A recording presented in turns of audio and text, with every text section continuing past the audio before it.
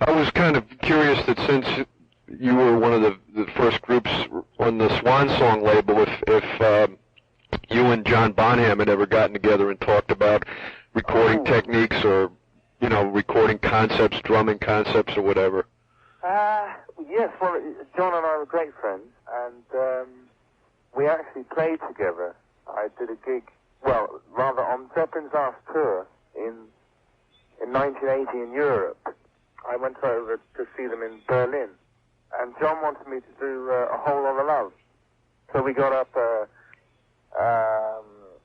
drum kit from a local store in Berlin, and I did The Whole Lotta Love with John. With them, the two drummers together? Two drummers, yeah. It was, it was about the heaviest thing I've ever heard in my life. Wow. It was like, I don't know, it was like thunder. Gee. And we exchanged licks, and he let me take over, and I let him take over, and it was the most exhilarating experience. Did you ever watch him record? Were you ever there at any of his... No, that's an interesting question. I would have liked to, but I must say that he would he would leave a lot of the sound and all that to Jimmy. You know, Jimmy produced most of their albums, and I think, yeah.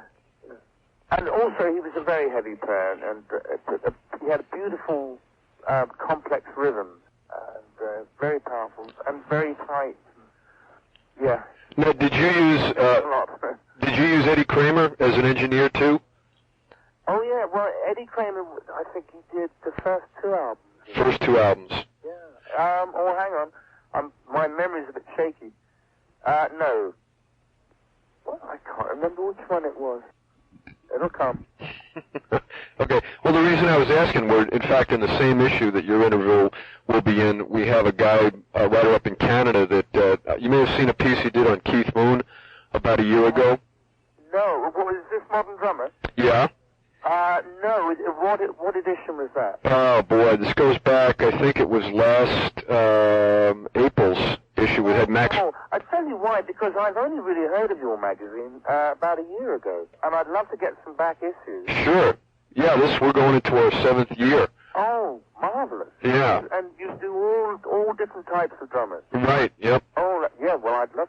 Well, maybe when I come over, I'd like to come and visit you. That'd be great. We'd love to see you. That'd be terrific. Oh, that's lovely. Okay. You could pick up a bunch of issues and stuff. So, well, the reason I was asking about Eddie is because the same writer who did Keith, it was sad. One of the first things I did about 3 years ago when I came on full time was I called. It was when Zeppelin was going to come around to tour, so I called Swan Song to see if we could set up an interview with John. And they had just heard that he had died about 15 minutes before my call, you know. Oh. And so anyway, Bruce is working on a very extensive piece on John, and he's had a chance to speak at length with Eddie Kramer, you know. So I was thinking about the two bass drum sounds, and one of the things he said that John always did record with a front head on his bass drum, you know. So I was. Now that's interesting. Yeah, and that they stuck the mic way far away from it, you know. Oh. Yeah. So. Well. And I was wondering, just kind of curious if maybe you did the same type of a thing with your drums, you know. No,